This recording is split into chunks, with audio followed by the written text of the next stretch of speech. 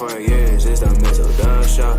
Always checking in, cause you know we love sports. Hey, they just hit 100, so it's time to get some out. Hey, yeah, just two brothers, yeah, y'all.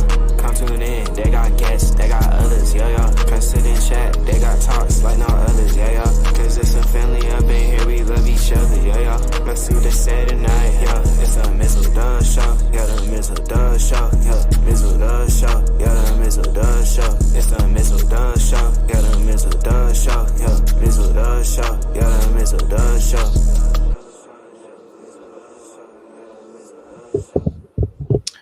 And the wackiness continues in the National Football League.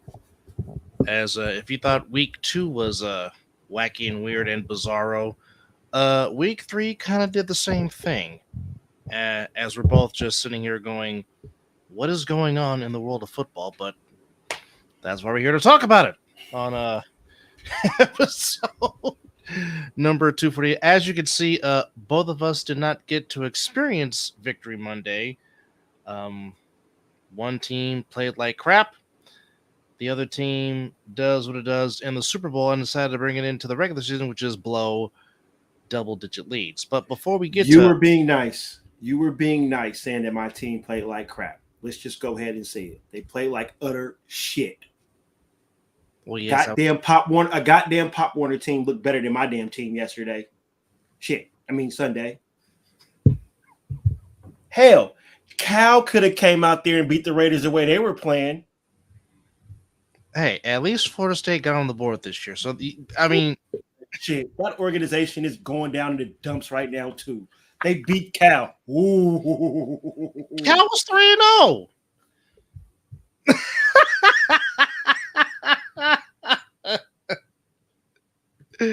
Hold up. Wait a minute. Hold on. There we go. Thank you. That's the face I was making when I was watching that bullshit team in Vegas play football. Like, what the fuck am I watching here? Did we not wake up? Which, by the way, I know this happened on Thursday, and I know he'll watch this eventually, but Pops, happy motherfucking birthday. We love you. Just wanted to get that off the air. Oh, by the way, Raiders, thank you for ruining my dad's goddamn birthday party that we had for him Sunday with that piece of shit football that y'all was playing. Oh, the bright spot was the damn Niners lost and the Cowboys, so that made me feel a little bit better. But shit, the Cowboys almost came back and won that game, though. I know we're going to talk about it, but damn. Well, which disaster do you want to talk about first? Well, first of all, how did our picks go? Because, oh boy. well, let's run the picks down real quick. Well, I mean, you were coming into today with a game lead, and I forgot to add that W. Hold on. Wait a minute. Okay, so let me add that. Hell, I know. Okay. Who did not pick the Raiders? Who picked the Panthers? I know somebody picked the Panthers. No, we all took the L. Oh. Although, however,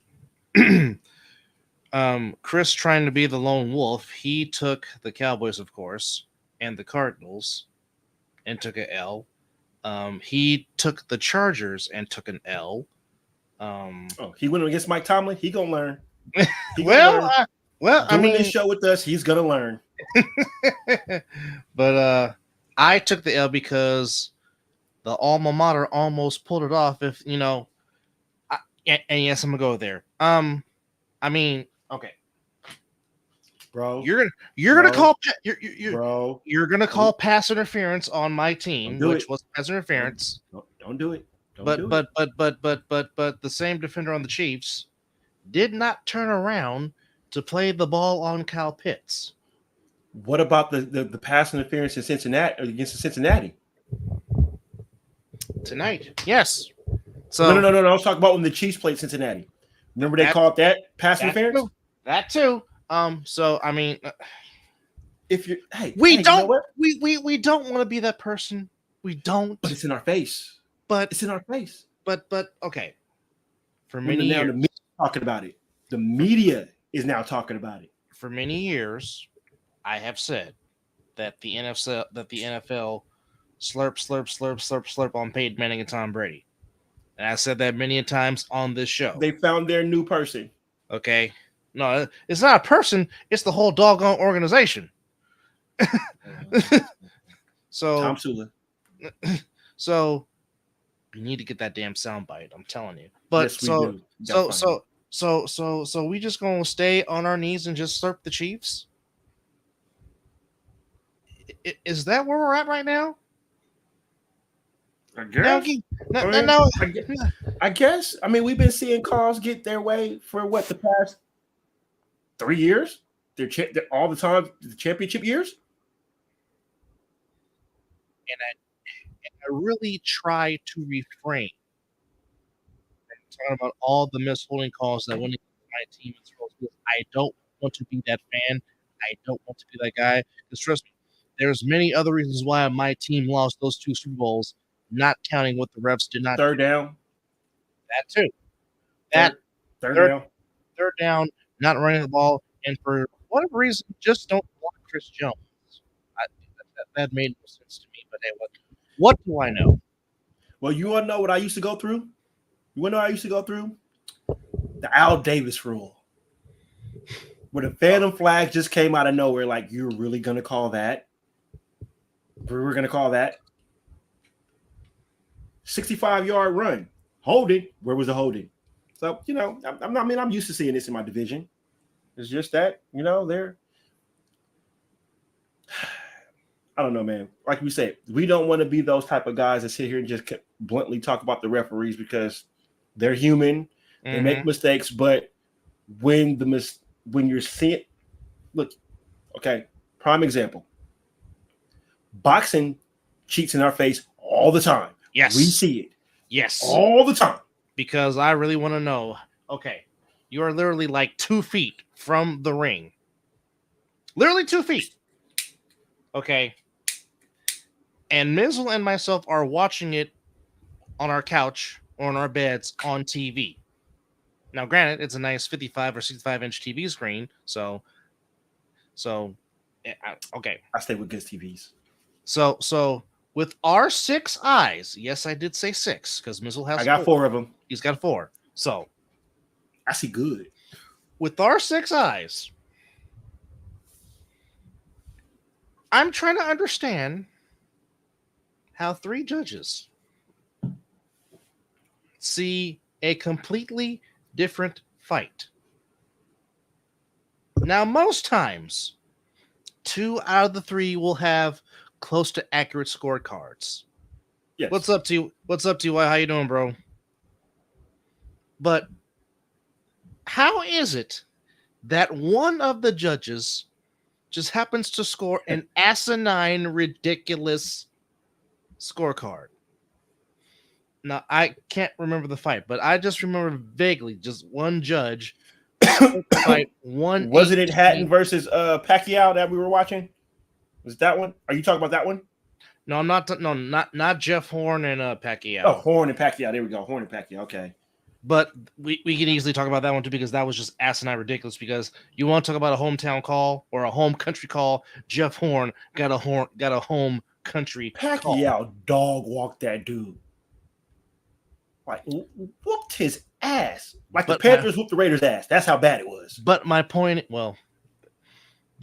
is, how are you gonna score a card 118 to 110 for the other guy? What were you watching? Or more importantly, what were you smoking? Because it had to be some of the greatest stuff of all time I need it. to make you score the way that scored. Now, again, as Mizzle said, missed calls are missed all the time in football. You really could call holding on every play if you wanted to. Every play. But, I mean, we don't want the Zebras to dictate the game or to decide the game. Now, if it's egregious, if it's obvious, then yes, call it. But again, what pass interference is If you are guarding him and you do not turn around to play the ball, that is considered, that is considered pass interference. As TY is saying, judges in boxing never in point ratio. Surprises me. Even though we know who won, but when they rack points, always a world of confusion. Ain't that the truth, brother? We're gonna hang a star on that, baby, because that's facts. How can you argue that? The reason why we're sitting here talking about the refs is because yet again, the Kansas City Chiefs get a hand-me-down from the refs where the guy, you know what? That play was about as blunt as the New Orleans Saints game in the Rams, where the dude was like, yeah, I ran into him on purpose. I'd rather take the penalty than give him the touchdown. How do you miss that? In the Saints stadium. Come on now. Come on. But not just that. It's in the conference championship game to try to advance to the Super Bowl. Now, again, we will get back on point, ladies and gentlemen. This is a topic subject we got to talk about. Now, was that the reason why the Saints lost the 2000? No, it was not. Because as I've said, but it was a big factor. It was a factor, yes. But again, I even did not a documentary, but I did like a short on this on my Facebook a long time ago. Yes, you did. Talking about, okay, we're not talking about this penalty. If Sean Payne decides not to get cute, okay. See here. Okay, here we go again, folks. Okay, so in this game that led to the ridiculous no call of PI in the 2017 title game between the Saints and the Rams. Damn, we're going that far back? Yeah, it seemed like that shit was yesterday, per se. It was. I'm telling you. But, okay, so Drew Brees completes a long pass to Ted Ginn. Drew Brees was still playing? Yes, did you just hear? Did you hear what I just said? He completed a pass to Ted Ginn Jr. Put the picture back up again. Where the damn picture at? Yes. What the hell?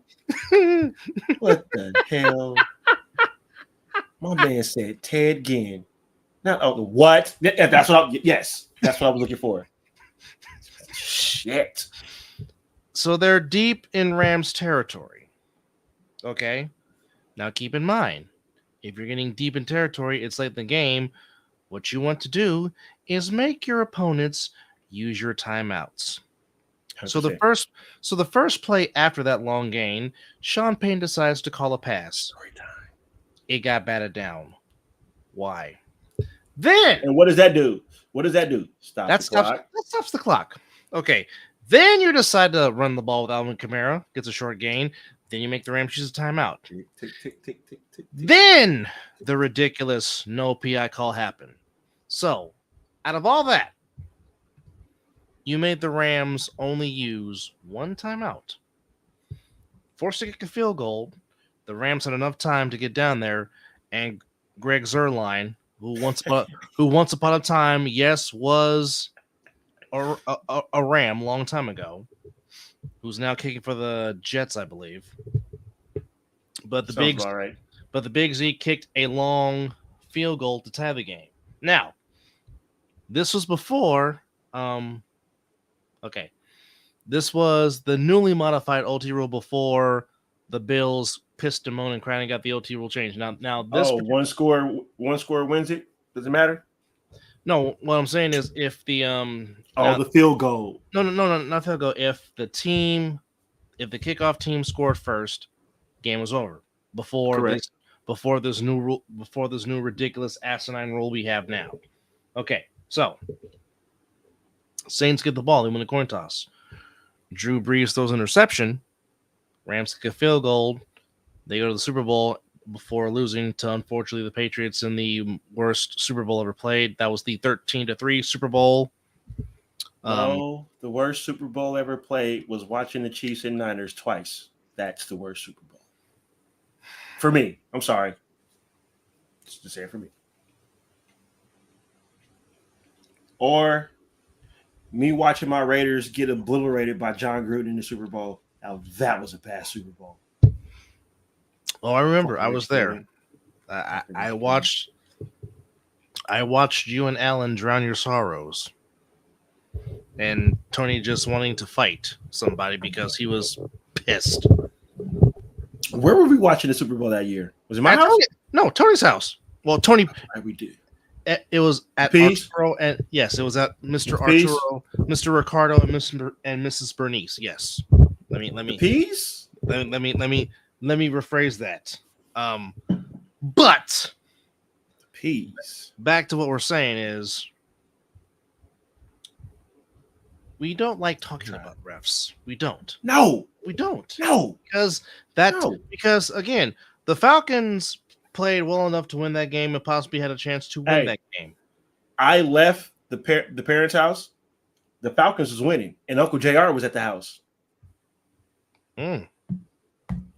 And so he was talking big shit. Mm-hmm. Who was a big Atlanta sports fan. Yes, he is. For those that don't know. But yeah, I mean he's a Falcon, a Brave, and a Milwaukee Buck fan. Makes sense. But I mean it refs take away from deciding the game. Which they should not. They should not. They should not. These men make too much damn money, and there's too much on the line for you to make calls like that. Period. Factual. Period. Factual. Nobody, and you're gonna get rid of some fans, especially if we're gonna sit here and tell us that the Chiefs are gonna win the Super Bowl again this year. If you're making calls like that, that clearly lets me know where direction we're going in. In other words, he's saying the fix is in. And that will make, and it's just not me. People will stop watching the product because you're bluntly just cheating in our face. Yeah. Just give us a script. The Chiefs are going to win the Super Bowl. Watch the storyline. Cool. Yeah. Just turn it in. Turn this shit to wrestling. Yeah. Turn it into the WWF. Go ahead. Yeah. Go ahead. I still watch it because guess what? The fucking storylines are getting good. Not that we're going to talk about wrestling. Oh, hey, brother is on point. He on fire tonight. Niners should have never lost, nor the Raiders should have literally not lost. 100%. 100%. Both of our teams did what they normally do. Dub's team, they blow 10-point leads. My team will give you a great week of football, and you're like, oh shit, something has fucking clicked. And then they will play a team, a backup at that, and they will play like the motherfuckers are Tom Brady and the fucking Patriots are Kurt Warner and the Rams. Ooh, you went to the greatest show on turf. My goodness. And then you're sitting here watching this is like, I hate this team. So you know that thing that I post where I said the start of the season where for how many ever months a team is going to dictate my emotions. And as you see right now, you saw me last week. Oh my God, you saw a lot of this last week. Wait, hold on, wait, I'll get there. You saw this last week. Yeah, you saw that. You also saw this. Now you're seeing pissed off Raymond wearing his Bray Wyatt shirt because, you know, Dub, this is almost like at school on Mondays. You knew when I was in a pissed off mood because I had the color red on. And he's not a big proponent of wearing the color red. No, that's not my favorite color. Go figure, I'm a Sixer fan. And most of the characters that I like in wrestling, they are red. Kane, Bray Wyatt, Seth Rollins. Although Seth now is just literally going into Becky's closet, whatever, pulling out whatever.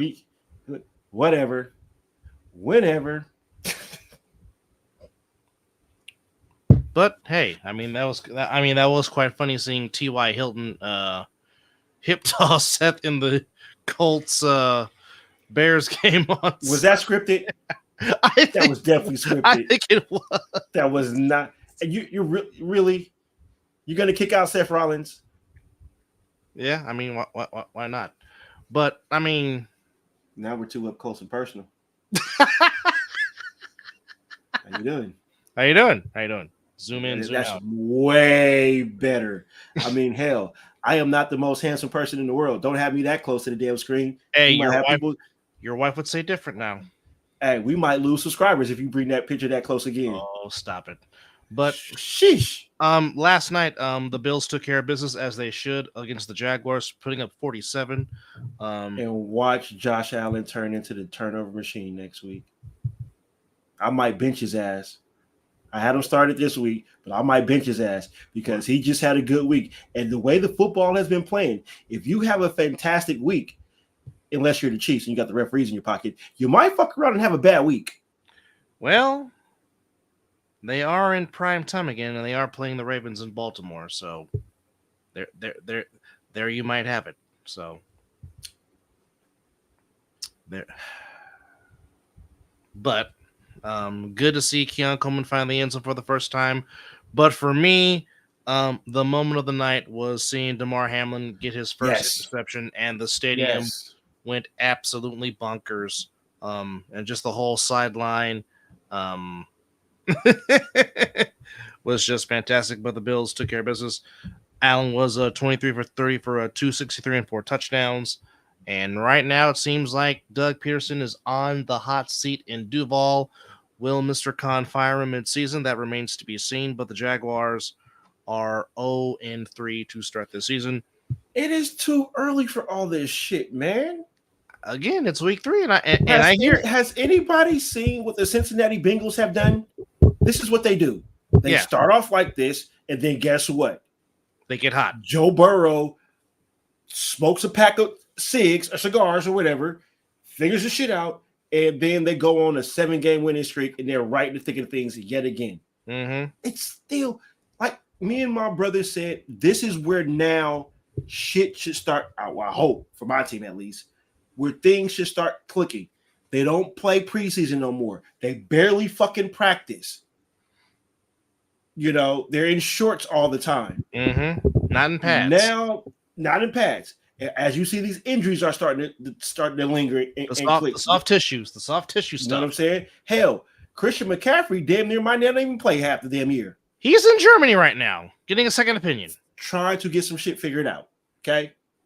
So, for all this what's going on, it should start looking good right now. Like I said, unless you are the Chiefs, because, you know, in your back pocket, you always know when you play shitty, all Patrick Mahomes, all Kermit the Frog got to do is hit this. And then, you know, exactly. As Orange Cassidy makes his first appearance, we'll probably be making multiple appearances on the show tonight. Stay tuned. But yeah, it should start kicking off right now.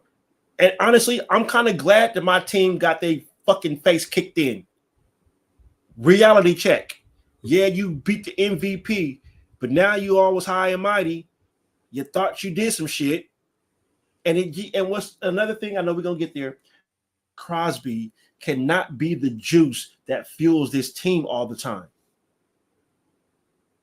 He needs help. He needs assistance. Well, Absolutely. The help got hurt. That's true, which is very unfortunate. Which is very unfortunate. It really is. All right, let's stick to the script because I kind of threw ourselves off. All right, I can see why last night the Landover Commanders did not want to trade their draft pick because I think that kid is special. Jaden Daniels had his come out party tonight as the Commanders in a very well played game. And here's an interesting stat that happened. This was the first time since 1940 in this game that there was no punts and no turnovers in a single game. That took place game with the Commanders and Bengals.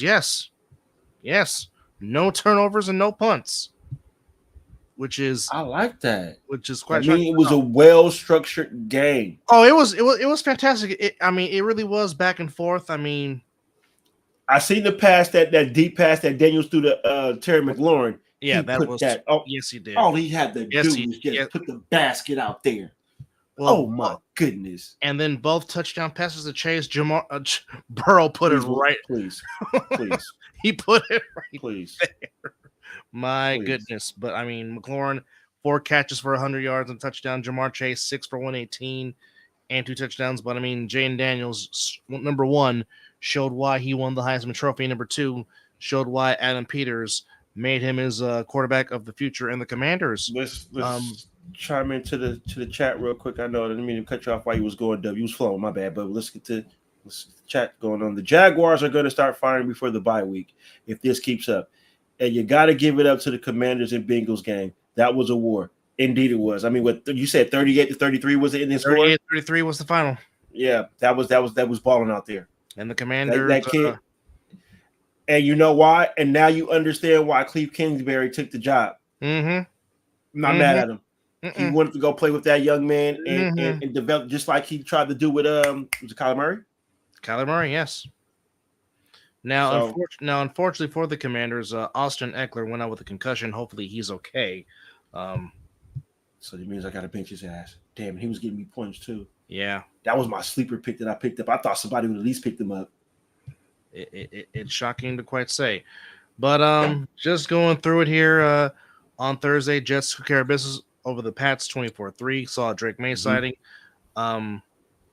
I don't know what it is about Kevin O'Connell getting out the best of quarterbacks, but so far he is getting out the best of Sam Darnold because I did not expect the Texans to go there and lay an egg in Minnesota as the Vikings. It was the defense, though. Yeah. I mean, Sam Darnold looked good, too, but the Vikings' defense was firing on all cylinders, man. Well, I mean, Brian Flores, people forget how good of a coach he is. So, I mean, him doing this is really not surprising, but I mean, I certainly do not have the Vikings starting off 3-0 and being in possession of first place in the NFC North. Maybe I had maybe at 1-2 at the start of the season. But I mean, 4 TD passes. Aaron Jones ran for $102. JJ had 641 and a touchdown. Give me points. Which makes their next matchup very interesting. As that will certainly be a battle for first place in the NFC North as they travel to the not-so-frozen tundra of Lambeau Field to take on the Packers in Week 4. Oh, we're getting that in Week 4? We're getting that in Week 4, yes. Malik Willis versus Sam Darnold, unless Jordan Love can get it together. True. I would stay with Malik Willis. I'm sorry. I mean, I know Jordan Love is your guy, and you give him the money, but right now, I would say not take away what that kid is doing and how you're developing the offense around him. It's working. I will say this. What was it? An ankle sprain for Jordan Love? Is that what it was? An ankle? Something like that, I believe. Yeah. Okay. You want that to heal because, like I said, you want Love for the stretch run of the playoffs if you should so get in. Indeed. Defensive struggle in the Superdome. For the first 3 quarters, the score was 3-0 in favor of New Orleans, and then Saquon Barkley got off in the 4th quarter, and then the old Derek Carr throw 4th interception came into play, and the Eagles get the win in the Dome, 15-12. Yes, sir. Go ahead. So this goes out to anyone that watches the show that is part of Raider Nation that think that we should get Derek Carr back. Okay, Derek Carr showed you the reason why when the moment gets that big to where only you need a field goal to possibly win the game. He always goes for the big play. You don't need it. You don't. I saw that for 9 years. Derek Carr literally has cost games when you just need a field goal. Why are you throwing that ball? There's no need. And he showed you that way. So, Desi, if you're watching, that's the reason why Derek Carr needed to go to a change of scenery. So all that talking about we should have kept Carr, the moment would have got too big. Well, right now, this is for Mizzle right now because speaking of Zelly, his Broncos got on the board as oh God. No. Take it off. No. Bo Nix was balling. He was. Nix was out there having fun. He played well. He played very well. He played well. He was efficient too, I believe. He was 25 of 36 for 216. Took care of the ball. The Broncos. Yeah. Go on the board. I'm not going on the Broncos on that. We still gonna tap that ass, but you know what I'm saying. I'll give you credit. They ain't beat us in so many amount of years. It ain't gonna change. Tyler Brady had 9 catches for 70 yards. Bucky Irving had 9 carries for 70 yards, so good for Bucky. Say that. What? There was a Bucky Irving sighting. There was a Bucky Irving sighting. Yes, Bucky ran for Well now. Yes. Okay. Which now Todd Bowles said he might be giving Bucky some more playing time in the offense, which they should, because I mean, if you haven't seen Bucky Irving play, just go watch the Oregon Ducks tape on Bucky Irving, and you'll understand why. As Ty says, Josh Allen was on fire as well. And NYG, you Bolo for Malik Neighbors, and in Tennessee, Will Levis. I'm gonna give you this: the moment Will Levis stopped putting mayonnaise in his damn coffee, he might start playing good football. Well, he certainly did not do that against the Packers on Sunday, as Malik Willis probably put mayonnaise in his. Mayonnaise in his coffee. That's the problem right there. Malik Willis got some retribution as he ran for a touchdown and threw a touchdown. He was just not running for the touchdowns. That man was getting loose. As the Packers get to 2-1 as they beat the Titans. Yeah. 30-14 as the Titans remain winless at 0-3. And somehow, some way, the East Rutherford Giants get on the board in 2024. And by God, Daniel Jones looked like a quarterback on Sunday. Oh, Danny Dimes? He was 24 34 for 236, 2 touchdowns, took care of the football. Dropping dimes. Malik Neighbors caught 8 passes for 2 TDs. Give me points, young man. Yes, I got him in one of my leagues. Mark had 2 touchdowns, as the Giants did just enough to get by the Browns. And now here comes the question. Oh, Mizzle, you have a question.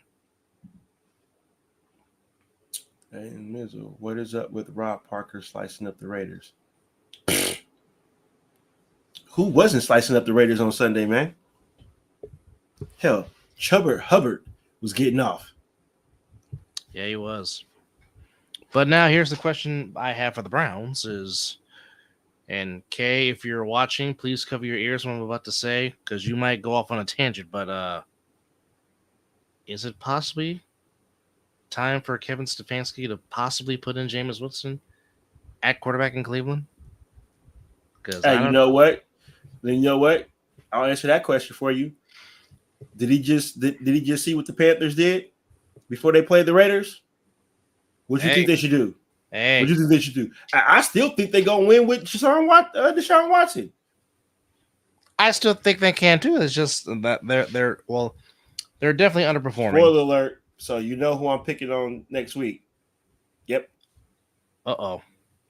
Oh, boy. Colts hang on to beat the Bears 21-16. That was a good game. Yes, it was. Caleb Williams needs to get himself together, though. He's literally playing like a rookie. This ain't college, bro. All that dancing and moving around, spinning around, trying to throw the ball on the run. Well, despite the fact that he threw for 363 yards, did throw for 2 TDs. Yeah. But he did throw 2 costly interceptions. Richardson didn't throw the ball that well, threw 2 interceptions, but when you have a bell cow that is Jonathan Taylor, sometimes you just need to just give him the ball and let him cook. And he cooked. Did you see the cuts and the movement he made when he got through that hole, and then he showed explosion after he got through it? Big people ain't supposed to do that, folks.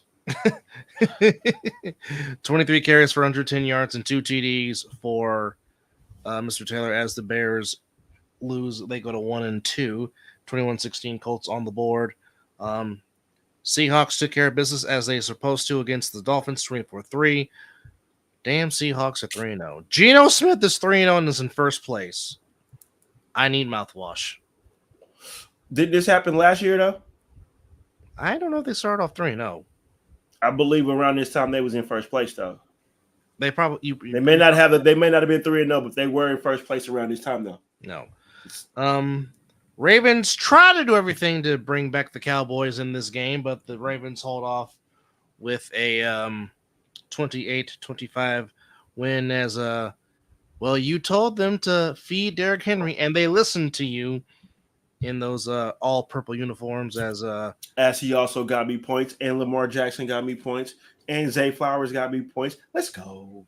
And Mr. Henry had 1 or 2 TDs for 151 yards on 25 carries, which takes the pressure off Lamar Jackson, who only threw the ball 15 That's times. what he should be averaging every damn game. 25 attempts. But he, it's not all running, catching. But Lamar Did you Jackson. see that stiff? Did you see that stiff arm he gave that guy on that run? I did not. I probably was cussing out Kyle Shanahan at that time, so I know I didn't get the chance to see it. If I find it, I'm gonna send you, bro. Please do. Derrick Henry is just brutal. He's different. He's different. Both teams are at 1-2. The Cowboys, after their defense looked very well against the Browns, have put up back-to-back crappy performances, both at home. So that's 2 straight losses inside Jerry's World at AT&T Stadium. So you kind of feel how I think about my damn team at home this week? Lions get back on track. They get by the Cardinals 20-13 as Mr. Amon-Ra St. Brown, 7 catches for 75 yards and a touchdown. But again, the run game of Montgomery and Willis, or Montgomery and Gibbs, the difference. Montgomery, 23 carries, $105. Jared Goff took care of the ball, 18-23 for 189 and 2 TDs as the Lions get to 2-1 on the year. And they have an interesting, so once again, we got 2 more Monday night games in week 4. So it's another Monday night double dip. Nice. All right, so now we've come to the part to where it's time to talk ish about our team. So who do you want to talk ish first? You or me?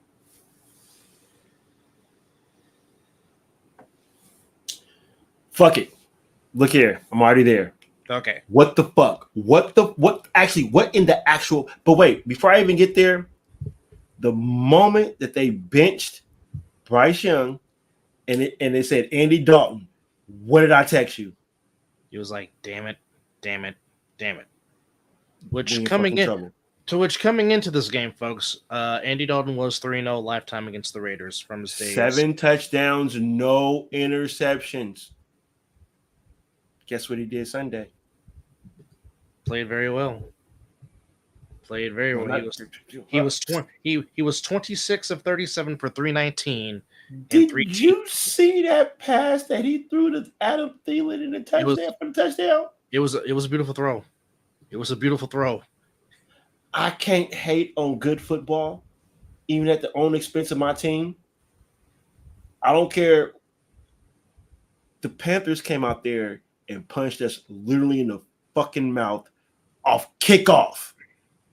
Now, unfortunately, that cost Adam Thielen some games because he did unfortunately hurt himself on that reception. My dude still held onto the ball though. Yes, he did. He did. But Chuba Hubbard, as you just mentioned, 21 Watch you carries, don't hear his name not at all the rest of the year. 21 carries, 140 yards, and all of a sudden, Deontay Johnson has risen from the football dead. Former Steeler. Well, because the quarterback was delivering him the ball instead of not back there panicking. True. 8 catches for 122 yards and 1 touchdown. Now, Trey Tucker did have a nice game. 7 catches, 96 yards, and a touchdown. Unfortunately, the Raiders' right tackle got hurt. Unfortunately, Marcus Epps is out for the season. We just learned today that Marcus Epps is out for the season, in addition with Malcolm Kuntz, which obviously sucks. AP did not sugarcoat. He said some of them made some business. Some of them said that they made some business decisions, and now he's going to make some business decisions. What that mean is, I don't know. Well, the last time a business decision got made, Marcus Peters got told to get the fuck off the team. That was true. That was very, very true. So now, here's my question for you. Fucking embarrassing. How do you ask the nation to come? They show up, and that's the fucking display of football you give us? Well, also was there in attendance was the Currys, Aisha and Wardell. They were there, of course, cheering on their beloved Panthers. Fucking light bright. That's the only thing I can say about Wardell. Because you already know how I feel about that young man. Yes. He only delivered 4 of them for us, Yes, right? we love the Currys. We love Aisha and Wardell. Absolutely, we do. Yes.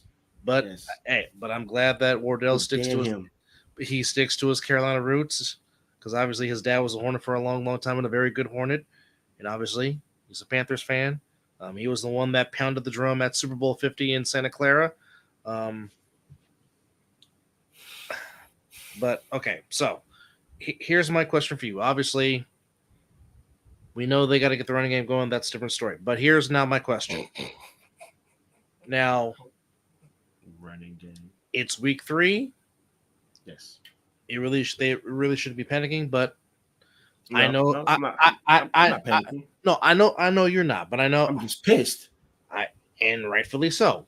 But some people in Raider Nation are gonna call for this or ask for this. If someone from Raider Nation asks you, do you think it's time to give AOC a start? What do you tell them? Not yet. Not yet. Because if you're really looking at it, there's 2 things that is going on with this offense right now. And I love the perspective that I read in this article. It's something that's going on in Minshew's head because he's holding on to the ball just a tad bit long. Mm-hmm. Because the receivers are getting open. They are. If you look at the 22, they are getting open. Minshew is just holding on to the ball. I think what AP is delivered to this team is perfection. And all these players want to be perfect, and it's fucking up their head. They're not playing football because they're thinking too much because they want to be perfect. Instead of just letting it rip. Yeah. I think they're still in competition mode, as they should. Don't get me wrong. Yeah, your job is on the line. But I think AP has instilled something in this team that's too good. I mean, if there's ever something that's too good. They played shitty this this week. But you still see how they played in Baltimore. And you still have that hope like, okay, this is the Raiders. They have these games. Okay. It's early in the season instead of in the middle of the season where they're competing for like a fucking playoff position like they were last year. So I'm kind of glad that they got punched in the mouth now. Rearrange some shit. The play calling got to get better with the running plays. The passing game, I like what's going on, how he's doing the play calling with the passing. We can't continue to run Zamir White up the gut because number one, he's not seeing it. Start him off with some toss sweeps, some counters. Get him that way. Stretch plays. And then once he gets going, then that's when you start running up the middle because guess what? The offensive line is in rhythm. He's in rhythm. Yada, yada, yada. And there's one thing that they should do more of is go 4 wide. For some odd reason, 4 wide tends to work. 4 wide won us the game in Baltimore. 4 wide got that Jacoby Myers touchdown. Something about 4 wide just works. We are not a running team right now. It's just not happening. But the 4 wide is working. Ain't nobody stopped it. It's on film, but they ain't stopped it. So I'm not ready to kick the tires on Gardner just yet. I just think that something is up there with his head that he's just trying to be too perfect and he's not relaxed out there playing good. They are having fun, but in their mind is we have to be perfect. I mean, kudos to AP because they're still slightly penalty free. They had a few penalties, but we're not leading the league like we normally are. So there's discipline there. But I think it's something in their head that they want to be too perfect, and they just need to go out there and just let it rip and just play football, as we saw in Baltimore that it's possible. So I'm not ready to throw in the towel just yet.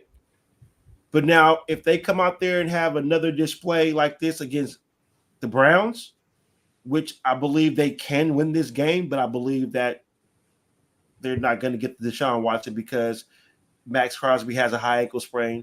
and that's not going to heal overnight. And if he continues to play on it, it ain't getting any better. So I'm just gonna we'll reevaluate this after the Browns game. And then I can fully, because right now this is where the ones you didn't had 3 weeks. That's your preseason. It's now refresh the fucking offense, get it together, now go out there and start playing football. But I'm just pissed. I'm a pissed Raider fan because of what they gave us in week 2 in Baltimore. They had no business winning that game, but they did. Makes all the sense in the world. Now, there was one score we forgot to give before you started talking about our teams. Well, as we say on this show, don't go against Mike Tomlin. And you never go against Mike Tomlin. And Mr. Vera, if you watch this, you will learn what me and my brothers say about not going against Mike Tomlin. Justin Fields is out there playing good football. Steelers are 3-0 on the season with Justin Fields at quarterback, Najee Harris at 70 yards on the ground. With who as their quarterback? Justin Fields from Ohio State University. Who the Bears was happily just to get rid of? Yeah. Trade him for peanuts? Yes, as Chris likes to say. Steelers get the win 20-10. As we expected, it was a physical, tough football game. Unfortunately for the Chargers, Justin Herbert left the game in a walking boot. And we've also learned that Derwin James has been suspended for 1 game. And Bosa was out there a whole game too. And it gets no better. It gets no better for the Chargers because the Chiefs come into SoFi this week. So they don't need the referees for this game, so they should be fine.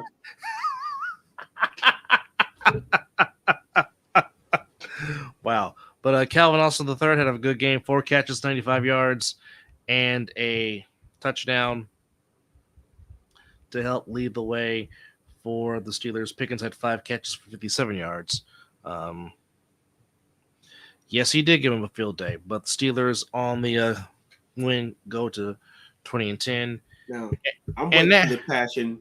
I'm waiting for the passion from you on your team. No, well, I had to get I had to get that score out the way first because. Oh no, I understand. I was just telling you my mind right now. Because Kyle, that's for you, Kyle.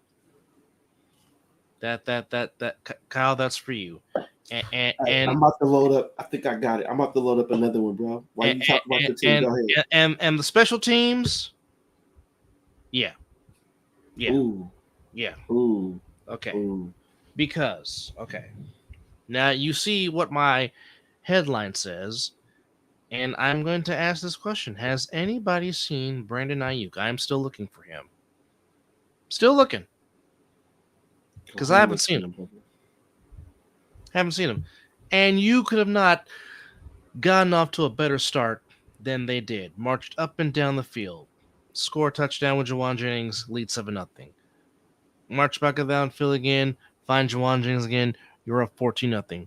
The fake punt that the Rams converted into a first down changed the trajectory of the whole entire game. They went to sleep. Okay, when you have Sean McVay at your press conference saying, "Holy shit, I don't know how we won that game." And Sean McVay is a very good head coach, folks. He's a Super Bowl winning head coach. But when you got Sean McVay saying that at your press conference, I think he knows that, okay, we were not supposed to win this game because you're up 14-0. You're up 21-7. You had 2 leads of 14 points twice. They did not have Puka Nacua and Cooper Kupp. And that's no respect, and that's no disrespect to Tutu Atwell because I watched the kid play at Fresno State. He's good. But he's not Puka Nacua. He's not Cooper Kupp. No. So the Rams are playing. The Rams are playing with a makeshift offensive line, and Nick Bosa, you can't win in one-on-one? What? Oh God, you went there. You went there. He could be Mike Singletary's son, folks, for all it's worth. But the Rams are playing with a makeshift offensive line, and you can't get pressure. You can't get pressure. And now, Javon Hargrave, who's been a bust, now he's out for the season with torn triceps. So now that's going to put a lot more pressure on. I'm gonna let you finish. I'm about to Kanye you. I'm Kanyeing real quick. Let you finish. I had Jawan Jennings on the bench. And you missed out on 46 points. Hold on. Bro, shit, you doing that? Look, you doing that? I hit myself with it my damn self. But wait, the thing was though, I had to pick up a receiver because I put somebody on IR, and my other receivers was projected higher, so I didn't know that. Shit, if you think that I knew Juwan Jennings was gonna have a game like this, do you think I would not have that motherfucker starting? I don't think anyone. Joe Burrow. I don't think pulled it out anybody for me though. I don't think anybody thought Juwan. Okay, third and Juwan's one thing, but for him to have 11 catches, yes, for a buck 50 and 3 TDs. Wait. Didn't he take less money than Ayuk? Yes. Has Ayuk had a game like that? This season? No. And he got paid more money, right? Correct. And he held out. Correct. But Jawan Jennings been there, showed up, didn't ask no questions, got rewarded, went out there and balled out. And honor thy contract, and you will get rewarded. So then, not to mention that. What do I know, bro? What do I know? Hey. But now Javon Hargraves, partially torn triceps, will miss the rest of the season. Brock Purdy had back soreness. Brock Purdy was back soreness. Now is day to day. CMC is in Germany seeing a specialist about his Achilles. So he ain't playing next week. He definitely ain't playing. And again, the secondary. Hell, Kittle ain't healthy. No, he's not. But again, the secondary. You keep getting beat over the top. How's your boy Trent Williams doing? He had to leave for a minute because he needed another IV and he kind of got hurt. But this is my point.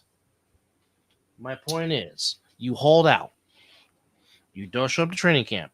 So your body is not ready to take the hits of being in pads. And when that happens, this is what happens. Okay, now granted, I will say yes in the fourth quarter, which unfortunately led to the Jake Mooney missed field goal. Yes, Brandon Ayuk was wide open. But when you've been dropping passes all season long, no trust.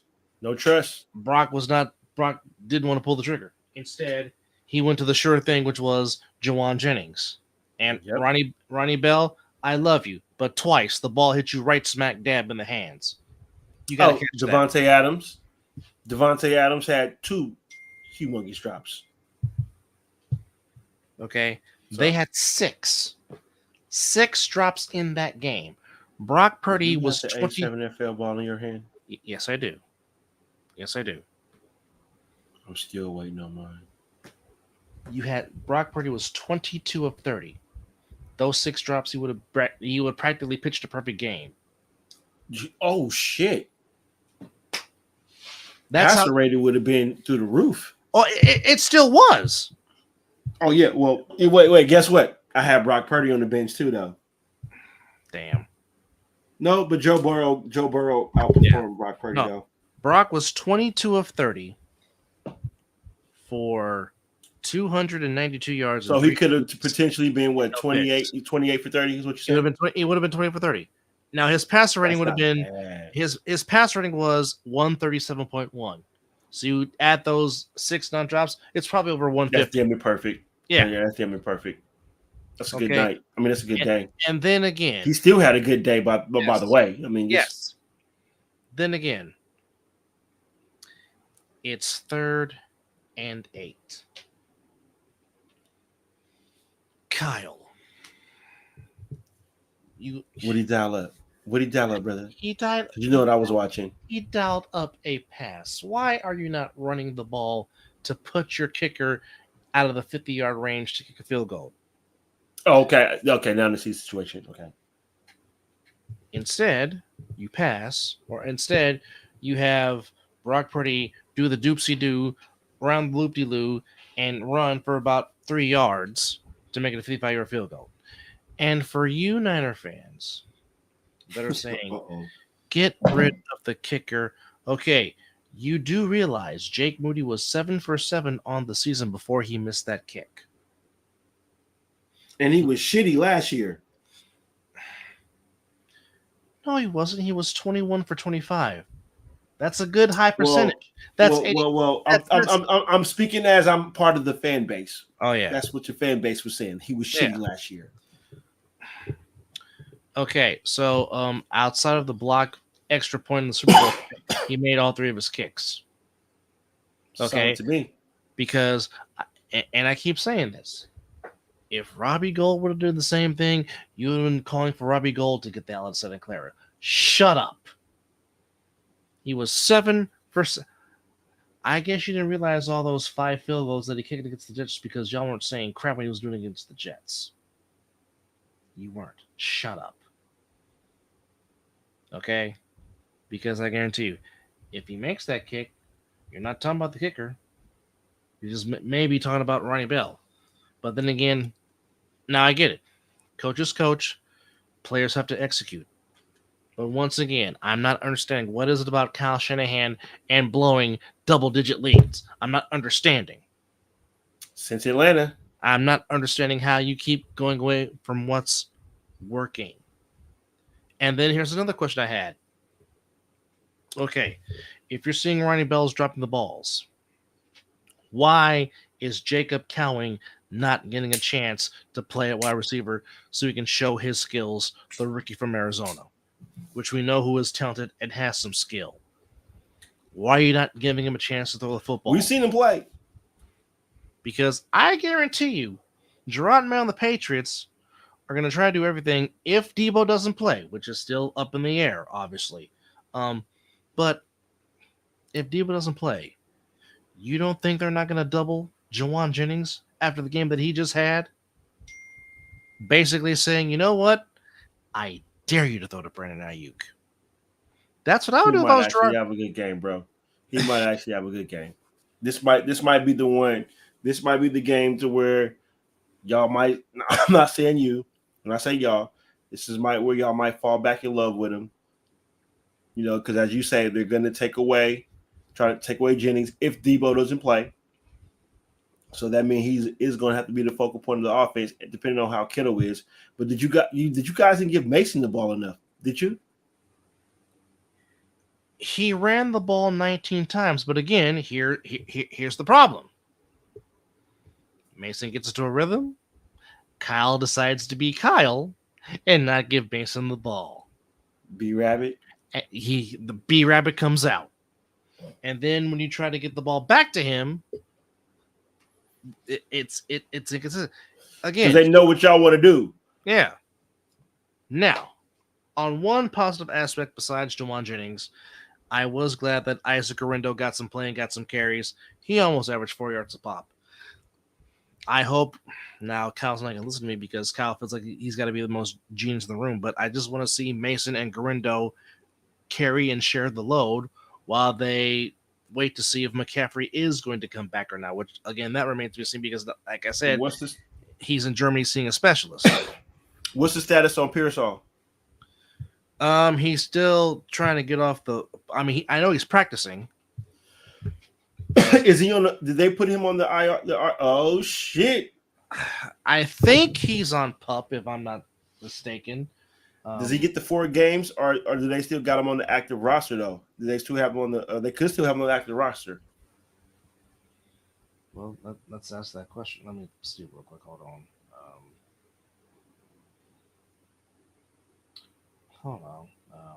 Okay, give me the. Hey, I saw Mr. McDonald on, so I got it. All I got to do is I got to say this though, because Mr. McDonald is watching. Yeet. And I cannot wait to put on Monday Night Raw, so I already know what happened. You know what I'm saying? I'm about to get yeeted. Yeet. I'm about to get that shirt when I get all these goddamn bills paid. Shit. Okay, so they don't know when he's going to get on the field. He's been placed on the non-football injury list, so he has to miss at least 4 games before making his debut. Okay, so he can come back like week 5, week 6. Mm-hmm. Okay, so he almost there. Cool.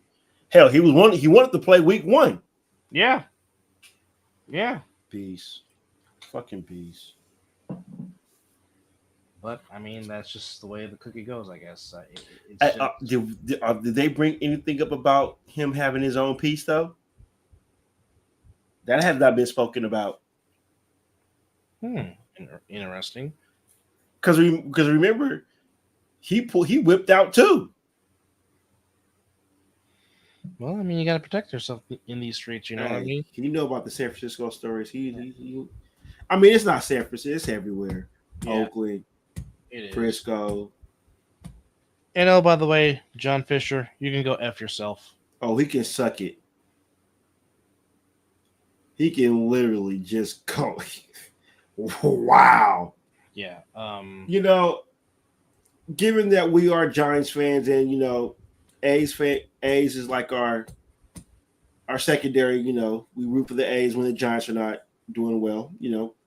That's about the only thing secondary Bay Area that I will root for. Well, in the Sharks. Everything else, nah, I can't do it. Won't do it. Yeah. That's it. Because Giants, A's, Warriors. That's given. Because that statement that he wrote is just bullshit. A frock of crap. And then now learning that Brody Brazil will not be back at NBC Sports after the last day's game because he's not covering the Sharks this year. He said his time at NBC is coming up. So I watched the emotional farewell with him and Shooty Babbitt, which was quite emotional. Do you know how bad not having Brody Brazil? Yeah. Does he still do 95.7? I haven't listened to that station in a while. Every now and again, but he does have his own YouTube channel, and he's always active on that. So I like Brody, man. Brody is a smooth. He got the Pat Riley hair. Yes, he does. Brody Brazil got the Pat Riley hair. He got the good hair. He's got the good hair, but I mean, yeah.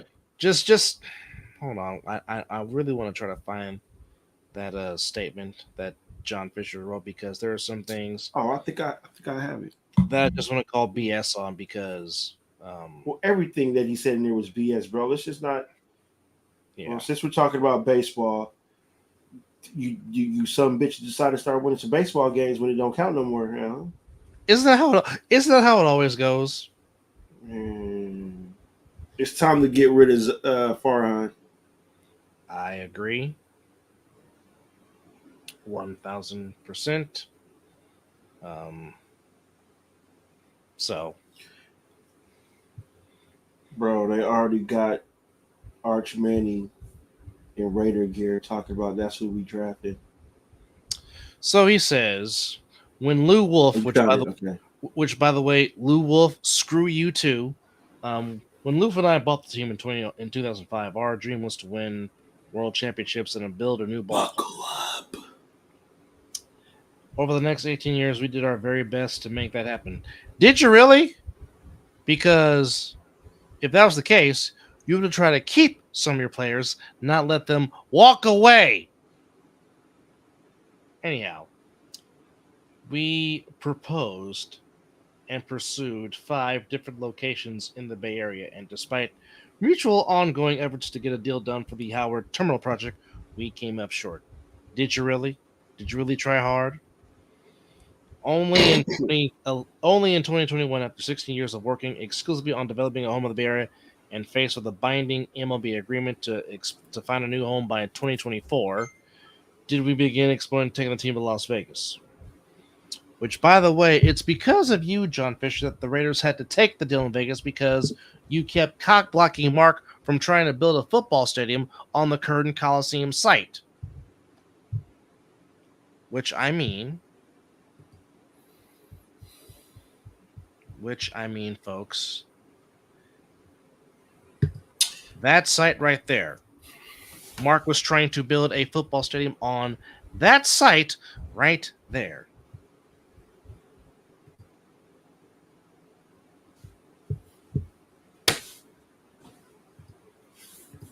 Just had to just bring up old memories, didn't you, bro? Just Well, you know. so happy that I'm so happy they're in Vegas. Oh, you brought the ice cream back. I'm happy they're in Vegas. They finally get the stadium that they deserve. But that shit should have been in fucking Oakland.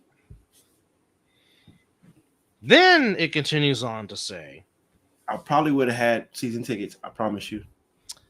there are millions of dedicated, passionate A's fans, which we know because we know a lot of them.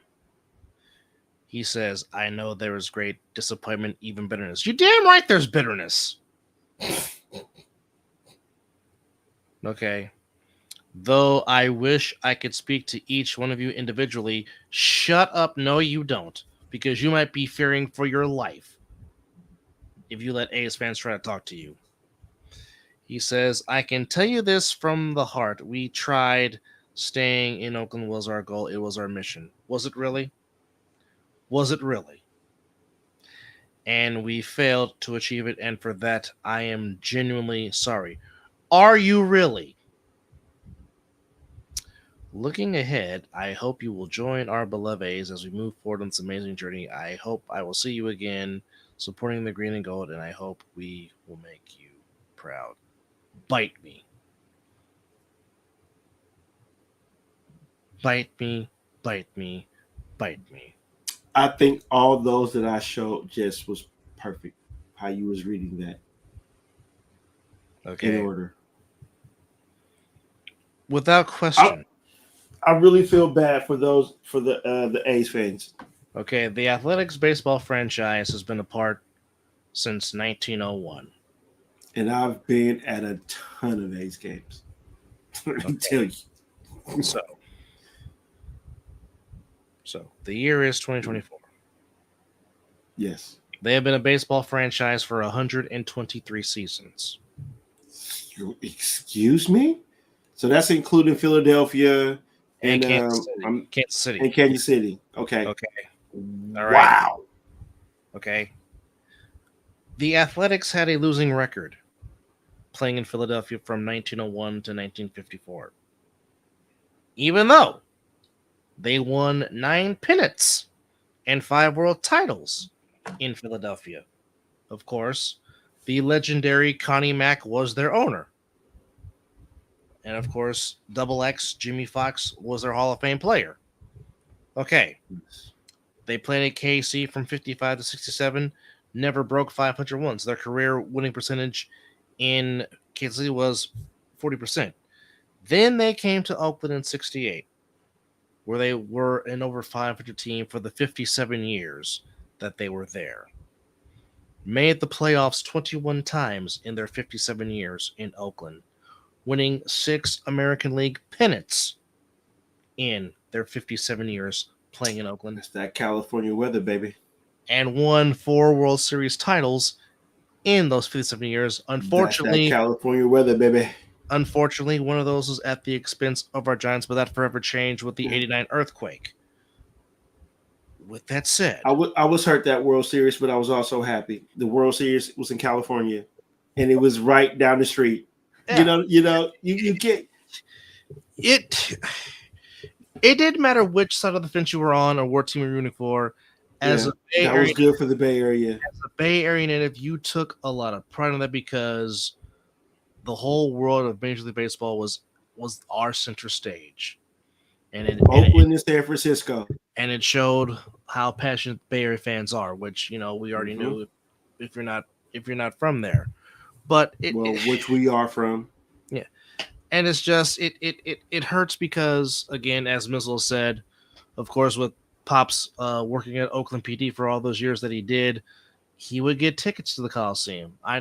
My hometown church once a year would go to at least Hell, one A's game a year. the Moms SEHP before they crossed over to the Giants. That a bunch of A's game. Hell, I made Dave Henderson a multitude of A's players I've met just going through CHP events or just because I played on the baseball team.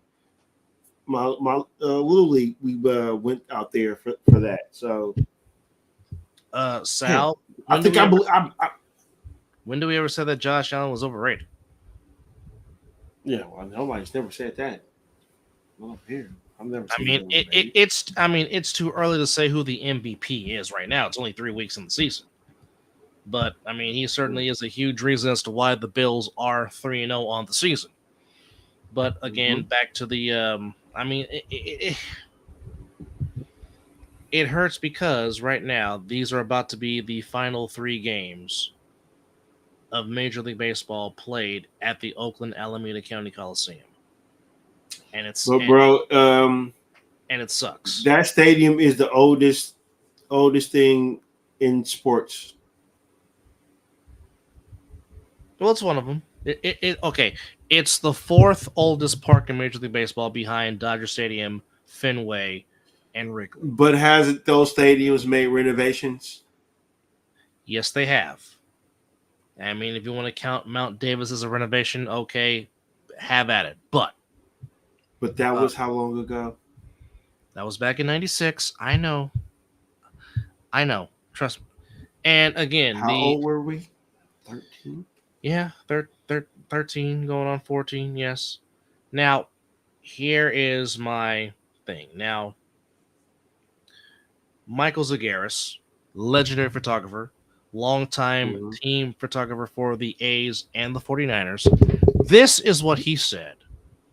He said, and I quote, and I posted this on my Facebook page. He says, every team that's come in here, their radio and TV people, a number of their front office people would shake their head sadly or in disgust. This is on John Fisher and all the ownership, including the ownership of the Giants. They all throw up their hands in the end and say, this is business. Really? And really is all capital letters. He says, it's easy to blame the city of Oakland, but in truth, this is happening because of greed. And I thought that was Did he just throw our organization into this? He did. Honestly, he did because but here's why. Because when the Giants were threatening to move to Tampa, and the late Walter Haas was still owning the A's, the A's offered up San Jose to the Giants. Yeah, they did. Yeah, and when the A's were trying to look for stuff in San Jose, the Giants did cock block them. So now, again, this is only a team photographer saying this, but the A's did some things to help the Giants stay in the city, and the Giants could at least. Well, they're letting them play in Sacramento. This is true. They are becoming the West. Now, somebody said something that was very interesting. He says, what happens if they end up staying in San Francisco? Which would be some ish if that was to happen. What if they stay in Sacramento? Mm-hmm. If somehow love it. If somehow the Vegas deal somehow falls through because there's that's still up in the air. They'll just renovate that whole area. and that will be good. Hell, you will catch me at look. I'll be you. Catch me on my Wednesdays, on my Thursdays off when I got that a day game. Drop them boys off at school or whatever. You are horrible right now for what you just sent. Uh-huh. Damn you. I told you to buckle up. Damn you. Damn you. Damn you for that picture. Hey, I've been on fire all day. Damn it. Oh my god. Oh. Why? Oh. Well, on that note, folks, we can take a nap on that one because that one just that boy, I still say though, The RoboCop. yeah, that might take that still might take the cake, even though the lubricator and ice lube is funny, but that RoboCop one, oh my. Hey, it's the one for me is Luke Skywalker.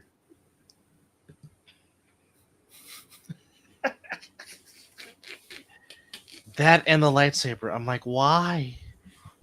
Why, America? Why? But nonetheless, folks, it is nap time for the both of us because adulting sucks. But nonetheless, we were not expecting to go an hour and 16 minutes, but hey, that's what happens when you get on the Mizzle Dub Show. And to our newest subscriber that put us at 159, we say thank you. Thank you. We thank you for finding us entertaining, and hopefully you will invite your friends to also help us subscribe because we definitely appreciate it. But hold on, and let's see what we got now here. Of course. But before we officially put the bow on it. you got put a ball on it real quick again. As always, videography, videography, editing. Yes. They're also doing sports with their CUSN network, but please get Creative Brothers Productions, and they're always looking for some help all across the way. Also, shout out to our good friend Alonzo Thomas, of course, part of the Alliance Sports Podcast, which we are a part of. Yes, we are. So we'll be having another episode coming up real soon. So get with us. If you want to play in the Winter War for the Ace NFL, see that QR code, scan it, sign up now, as it is coming to you in Mizzle's birthday month of January. I mean, hell. Oh, and I will be in Vegas for one of those. We are already in September. Also, don't forget Yeet. Also, don't forget to support EJ Wizzle as he's also a part of the Joffo family, the All Pro Joffos. Yes. Elevated Sports Talk. For the highly elevated sports fan, go to the Joffo TV YouTube channel and subscribe. Please. Subscribe. Good content. Also, damn good content. Also, don't forget, folks. Where are you? I know you're in here somewhere. There it is. Of course, if you want to collaborate, if you want to make music, if you want to make beats, or if you just want to beat this young talented gentleman, Zordoxon, that's where you can reach at him. He will get you right. He will make you sound lovely, and he'll just add his flavor to your music. You heard the intro. Yes. You heard the intro. That's all I got to say. And you about to hear the outro. Yes. So. And one more time, if you need a DJ, if you like to party, we got somebody that can do the stuff for you. Here we go.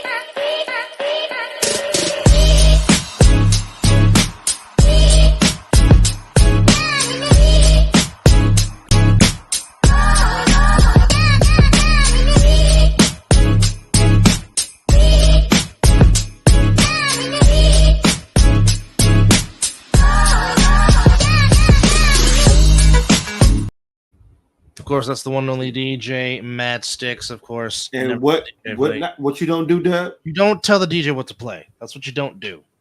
He's got it. And also coming up this weekend is another episode of Talking Some Ish, as we will go over week 3 and give our picks for week 4. So hey, I'll be off this day for this one, so I think I might be making a live appearance. Live appearance, folks, is always a good thing. But you guys got to give me some time because I am taking the young ones to go see the Transformers 1 Thursday. So, which you will enjoy that, man. I mean, it is fucking Transformers. I already enjoyed it the moment they announced it. True. I mean, but, I understand what you're saying. I understand what you're saying. But I know this is the origins. Oh shit. Oh, our other job. Okay. Yes. Go ahead. Yes. We like to.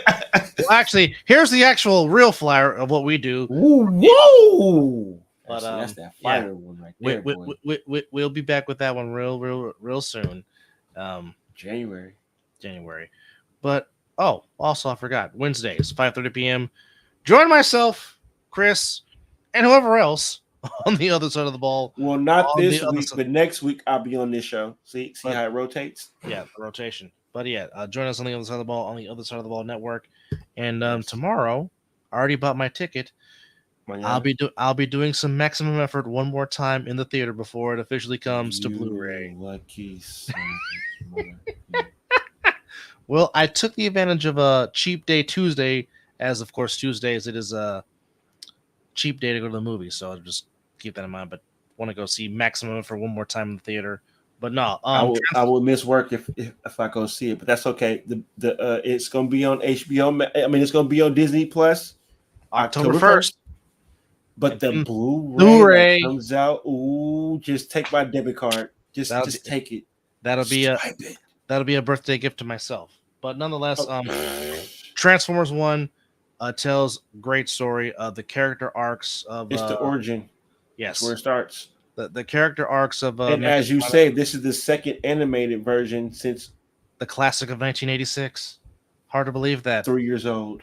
Yes. Wow. But it was great. They did a fantastic job. I got the VHS at the parents' house, I think. Oh yeah. Yes, indeed. But nonetheless, folks, thank you for hanging out with us on this 248th episode of the Mizzle and Dub Show. For Mizzle, you guys are lovely. I'm Dub. Thank you for hanging out with us. Before we really end the show, week 3 of the NFL. And that's how I just wanted to let y'all know how I felt about that. Yes.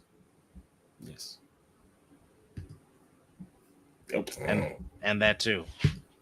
But anyhow, okay, it's nap time. It's time to nap and do adult things and take a nap and get ready to. Do we really have to go adult? I guess. Bills don't stop. Nonetheless.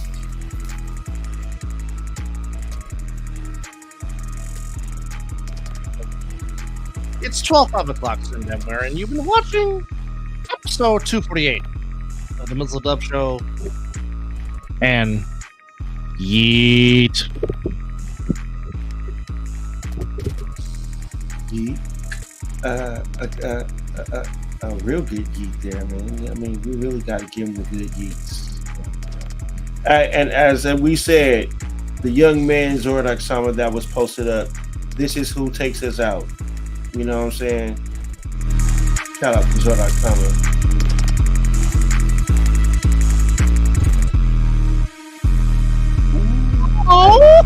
Hey, pick up the drop though. I really want y'all to pick up the drop and how you bring the beat back to. You're done. Hold on.